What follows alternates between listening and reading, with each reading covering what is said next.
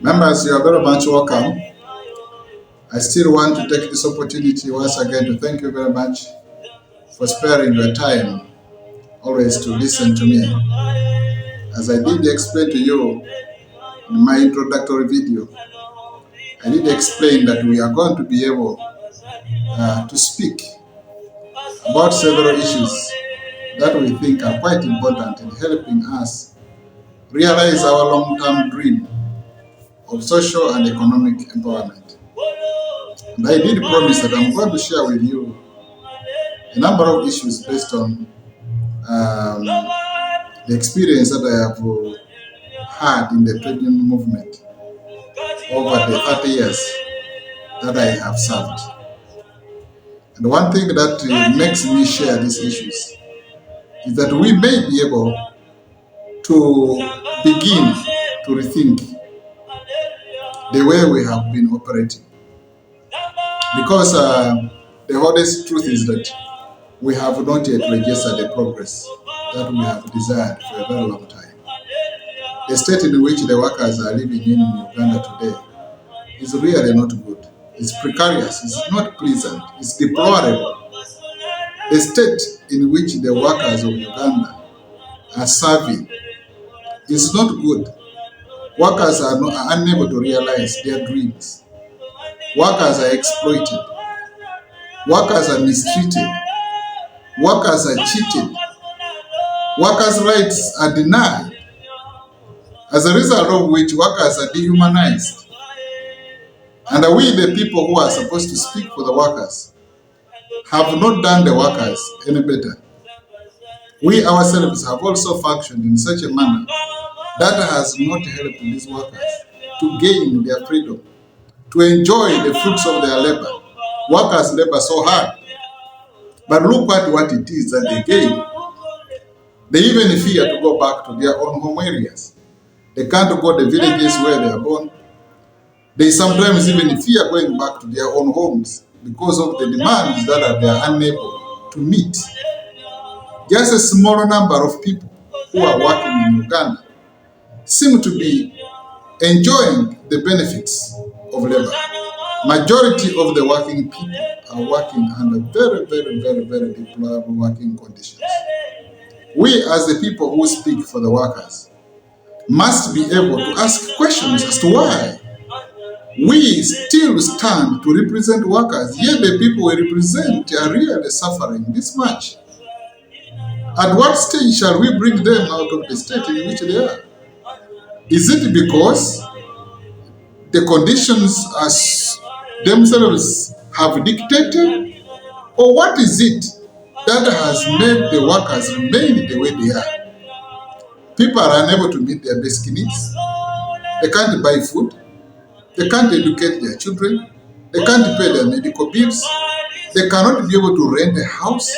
They can't build a house. Because if you can't rent, then even building is a problem. You can't buy good clothing. You cannot be able to meet the basic needs required for you to live a decent life. Why do we continue having this state of affairs, even when we, the representatives of the workers, exist? Are we really doing our work the way we must be able to do? What exactly is the problem? But do we even know that we are not doing well? Or we think we have done actually performed very well? Brothers and sisters, we are operating in a situation where we must ask questions and answers must be found. And we must be able to find those answers ourselves. Iron sharpens iron. It is very important that the stage in which we are, we begin addressing ourselves, ask ourselves questions, and we must get those answers to those questions. The laws exist. These laws even clearly stipulate the rights of the working people. But even the very basics of these rights, we find that they are not being observed, they are not being respected. But what threatens me, what disturbs me very much is the comfort in which the comfort in which we are operating. Even at a time when there is great suffering, we seem to be very comfortable. Trade unions seem to be very comfortable. Even when the people they represent are really crying, they are gnashing their teeth, they are complaining, they are crying every other day looking for someone to help them. But we don't seem to be responding to their needs. Sometimes even we fault them. But I would want to say, at the point where we are now, I would want us to come to reality with the situation as it obtains today. Honestly, the circumstances under which we have operated for all this long time, we can't continue like that. Somebody somewhere must speak about these things. Somebody somewhere must address these issues. And I feel a deeper conviction that I must speak about these issues, brothers and sisters. I know that I may not please you. You want to be very happy with me, but that is not the intention of this recording. The intention of this recording is to bring to light what is happening in the trade union movement and why it is very important that we rise up from where we are to do something much more better than what we are doing currently, so that the workers of Uganda can derive a benefit. I believe that to a certain extent we have betrayed the working people. I believe to a very big extent we have let down the workers of Uganda, because historically, from days of old, kings and the rulers of this world have never been fair to the people they lead. In many cases, they have not been fair. Mistreatment, oppression, exploitation has existed, even from the days of old. But this has happened largely because societies were not organized the way we are organized today. The level of organizing today should be able to deliver better results.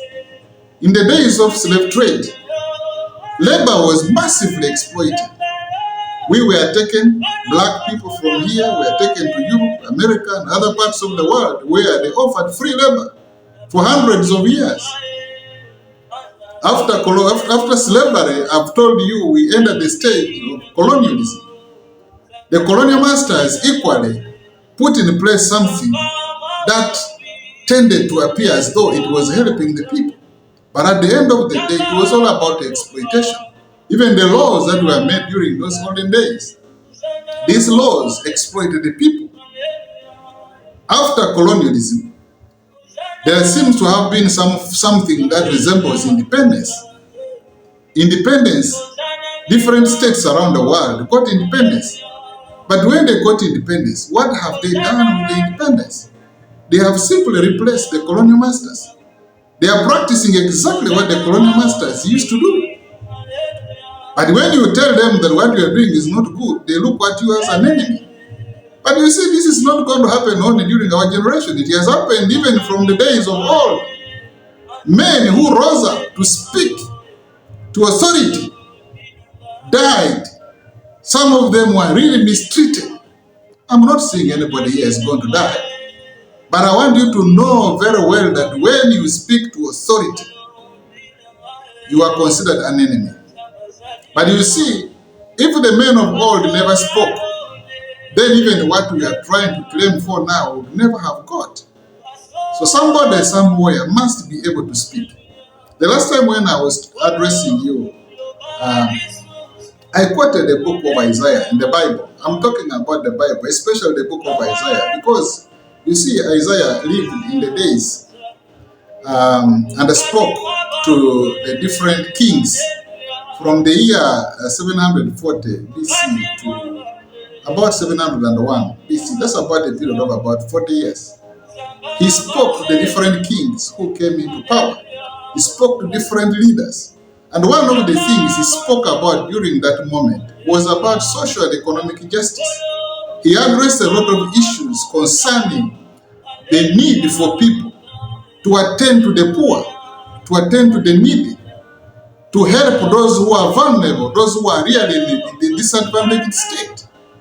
This issue of speaking for the poor, this thing of speaking for the vulnerable and disadvantaged, is something that is well within the will of God. So sometimes when we stand up and we are speaking about trade unionism, we think trade unionism is something that is just... Trade unionism is deeply embedded in the scripture, in the Bible. And those who genuinely do it actually do the will of God. When you rise up to speak for people, you are actually serving God. When you rise up to speak for the people, whatever you are doing, you are not doing it for yourself, because that is really what God wants to see people do for others. I would therefore want to call upon you, trade unions, my colleagues, to appreciate the fact that this work we are doing is a noble job. Don't allow anybody to despise the work you do. Let's not be ashamed of the work we are supposed to do. If we do not speak for the people, there is nobody else who is going to do so. Because the kings around the world in the days of old, they never paid a lot of attention to the rights of the working people. In fact, every time people rose up to speak, they were looked at as enemies, as an inconvenience, as a bother, as being troublesome. Like the way you see trade unions are regarded. You see, we have got a structure which they call the tripartite structure, where we have government, employers, and workers. And they call that structure as a tripartite, social partners. But you see, for you to be in partnership requires at least a certain level of equality. But when you look at the way governments work, when you look at the way employers work, when you look at the way trade unions work, can we say that there is an aspect of equality? How are you going to practice tripartism when there is no equality? And many of us sometimes behave like as if we trade unions are equal to government, as if we trade unions are equal to employers. In the law, yes, but in reality, is that the truth? Let's not deceive ourselves. Let us be able to come face to face with reality so that we can be able to build strength, so that we can be able to build the power that is going to make employers to listen to us, that is going to make governments to listen to us. If we continue in this deception here, we are simply destroying ourselves. Governments are composed of people who sometimes think that they are the almighty, all powerful, all rich, everything. Even when you talk to government officers, you go there representing the workers, as a workers representative, you are talking to them. My dear, you talk while they are busy doing other things. Say, please hurry up, talk, I'm going to present a cabinet paper, hurry up. You see, you are a workers representative, you have gone there to address issues concerning workers. But they don't even give you due attention, because why? They think you are not that important. You even go there, you want to speak to them, say, no, give me an appointment, maybe next month or next week when I have time. I'll attend to you. Why? It's simply because they do not think you are all that important. I wouldn't want us to continue, even when they give you an appointment and you are having a discussion with them. See the way they address you. That is not a sign of respect. There is an element. People who are weak are always exploited. And those who are powerful take advantage of the weak. So when you look at the government and the employers, government and employers can easily agree against the workers. And that's what is happening here in Uganda. Government will easily listen to the employers. Government will listen to the employers much more faster than they will listen to you, the workers. Although we are all paying taxes, but the employer is the one who collects the taxes. And by the way, I'm going to talk about taxes at some stage, because you realize that even the taxes we pay as workers is far much more higher than corporate taxes. In fact, corporate tax is just even about half of what we pay as workers, pay as you earn. But you see, when you are coming to talk to a government official, they look at an employer as one who is more important, because it's a collection center and the money is delivered, pay as you earn. The employer is the one who is paying. They pay corporate tax, they pay whatever taxes, withholding tax and the others. So we are in a stage where government listens to employers much more faster than us. Therefore, when we are operating in a state like that, employers think that they control means of production. They have the money, they control the land, they control other aspects that we do not have. All that we have are the people. And the people who sometimes even rise up against us. There are people who even sometimes do not listen to us. People who sometimes are even exploited against us. But in spite of all that, We must be able to speak for them because they are acting out of foolishness. They do not understand. This being the case, we know, yes, we are social partners, but we must build that power. And the brothers and the sisters who are practicing trade unionism, sometimes when I see you speak like as if you are all powerful people. You have not evaluated yourselves to see how much power you have. That's why you find majority of the decisions we make, be it at our different union level, being at the national center level, you find that majority of the decisions we make, 80 to 90% of those decisions cannot be implemented. Why? Because the means for implementation we don't have. We have overrated ourselves. It is not right for us to overrate ourselves. It is right for us to evaluate ourselves genuinely. So that when we make decisions which we can be able to implement. And this being the case, we now therefore must be able to come and find out why is it that we are not able to function the way we must be able to function to help the working people. Why is it that we have workers who are really embattled and the cases which are very genuine, but we ourselves are unable to help them? It is important that we ask these questions, my dear brothers and sisters, because the situation under which we are operating is not a pleasant situation. And please, let's stop deceiving ourselves. Because of this, we have continued deceiving ourselves. People have taken advantage of us. They have manipulated us. Government manipulates us. We keep deceiving ourselves that, oh, we are working with government. Which government are you working with? You are simply working for government. You cannot be weak in the way you are there and you claim that you are working with government. You are simply working for government. You cannot be weak in the way you are there and you claim that you are working with an employer. No. Those lies, you go and tell another person. You are simply working for the employers. You are simply working for government. You do not work with the government. You do not work with the employers. You are actually the greatest enemy of yourself. Why? Because you have overrated yourselves.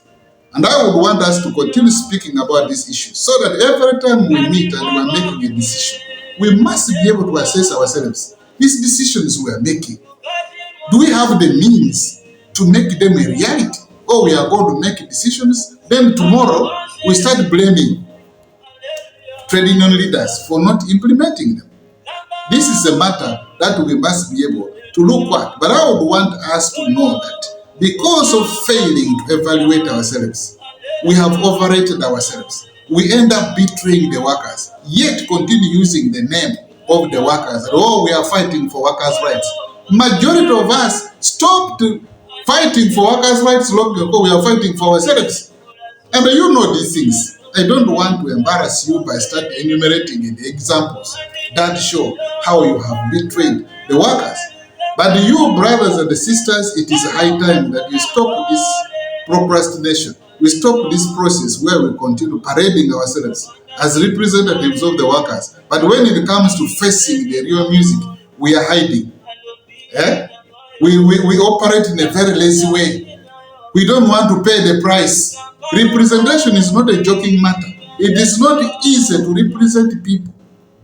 It is not easy to represent people. When you rise up to represent people, you know very well that those people you are challenging are going to rise up against you. If you are not ready to do so, step away. Nobody is forcing you. This worker here is an issue that has to do with voluntarism. Isn't that how we define trade unions? Democratic, voluntarism, perpetual continuity. We talk about these issues almost on a daily basis to try and show that, yes, we are advocates of the working people. Please accept, let us have meetings in which we are always going to be talking about these issues so that when we evaluate ourselves properly, we know that, yes, in the past, we have acted like this, which was not right. This time around, we must act this way so that when those people, the other partners, see the way we are organized, they will respect us. The selfish mentality with which some of you people are practicing, the way you conduct yourselves, the manipulations, the deceptions, the evil schemes you master against each other. With all the problems you have, you still have the time to start machinations. But when someone rises up to tell you about that, you start complaining. So and so doesn't like you. Doesn't like you how? The honest truth is that you betray your colleagues. And when they rise up to tell you what you are doing is not right, you say they don't like you. Why should they hate you?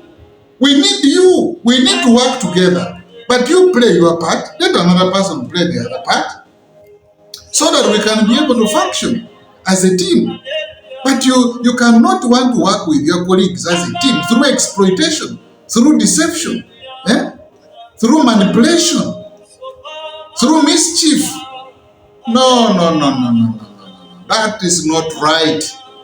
And every time someone says, oh, this is not right, you say, hey, but who has not? Everybody has done these things. Why do you have to complain? My friend, even if everybody has done it, there comes a time for everything. This time round, we are saying, no. Let us stop mischief. Let us stop deception. If you have been given a responsibility to execute, please do so. And remember, we are a people who believe in solidarity. We are saying, let's work together. Let's work together. Be honest. Be honest. Let us be able to function as brothers and sisters. We use the phrase brothers and sisters just for public relations. But what we do down here, oh, I don't know. It's terrible. It's terrible. It's terrible. That must stop. And because of that, people get discouraged. I would want us to know, colleagues, that during this moment, that we are addressing ourselves to the questions that are before us, we must do the right thing. Me, I've dedicated my life. I'm going to pursue this path. And I know as I do it, majority of you are going to rise up against me. But you have always done so anyway. So I am not intimidated. There will be nothing new that you are going to say. You have said almost everything. But this time around, the workers of Uganda deserve a better leadership. The workers of Uganda deserve a dedicated leadership. The workers of Uganda deserve people who are committed to their cause. The workers of Uganda deserve people who are going to be focused on issues that affect them most, so that they can speak to the authority in government. You look at these government officers, they are overtaken by so many interests that sometimes talking about workers' interests look to be a real inconvenience. But we must speak to them so that they are reminded all the time in the policy formulation, in legislation, at all stages. They may not necessarily be bad people, because you see, running a government is not easy. Running a government is really a complex thing. But if we do not continue reminding them and telling them and ourselves remaining focused, not betraying the workers, employer comes and talks to you, you betray the workers cause, you go the other side. The government officer talks to you, you betray the workers and go the other side. If you don't want to work for workers, join the government. It is a honorable thing to work for government. It is very honorable to work for government. It is very honorable to work for employers. But you cannot serve two masters at a go. If workers are workers, serve workers. If government is your major interest, serve government. So that when we come to you as workers' representatives, we will talk. But some of you want to have one leg here, one leg this side. One leg here, one leg this side. In fact, some of you even have 3 legs. You are in the employer, you are in government, you are claiming that you are workers' representatives. What kind of representation is this? These are things we must be able to address and make sure we function in a way that is going to help the workers of Uganda. I wouldn't want to go so much in details as to bring out the underlying issues that can be very embarrassing and humiliating if we choose to talk about them. But for this stage, I am speaking to you with the hope that you will listen to what I'm saying. I am having a hope that the things I'm speaking to you, you will find some sense and that we shall cooperate. I do not want to bring these issues and put them on the table. However, if a time is going to come where it will be necessary, I have no problem because I have no choice. Trade unions in Uganda cannot continue being a laughing stock. We must stop and make sure that trade unions function and function properly. for the advancement of the interests of the working people. The next time I'm going to talk to you, a certain comparison for you to be able to appreciate what happened during the days of slave trade, what happened during the days of colonialism, and what has now happened during the days of neo-colonialism, so that you can see that actually there is even no difference. Things are coming in a very similar way. And because we ourselves do not seem to have a very clear direction, we are taken advantage of. I want to appeal to you, my brothers and sisters, in the trade union movement, to know very well that we live on this earth but for a time. During the time when God has given us an opportunity to do our work, please let's do it honestly. Let's do this work honestly. Make our contribution, that our children who will come after we have left will be able to inherit something. Let's not leave a liability. Some of us are busy struggling, wanting to be like capitalists. That's not right. We must be able to function in a manner that is going to assist the workers of Uganda. And this time round, it must happen. This time round, it must happen. Those of you who are going to rise up with your mischief, if we do not agree and you continue with mischief, we are going to build a force against you. Because you are the enemies of the work. You are the enemy of the workers in Uganda. We want first of all to explain, and we hope that you will understand that we shall all sit down and agree to function as brothers and sisters. But should you go ahead and practice mischief during this period, you will have some of us to contend with. And I'm very sure you will not like it at the end of it all. I want to thank you very much, brothers and sisters. I want to wish you well in everything you are doing as we move towards rebranding of the trade union in Uganda. Thank you very much.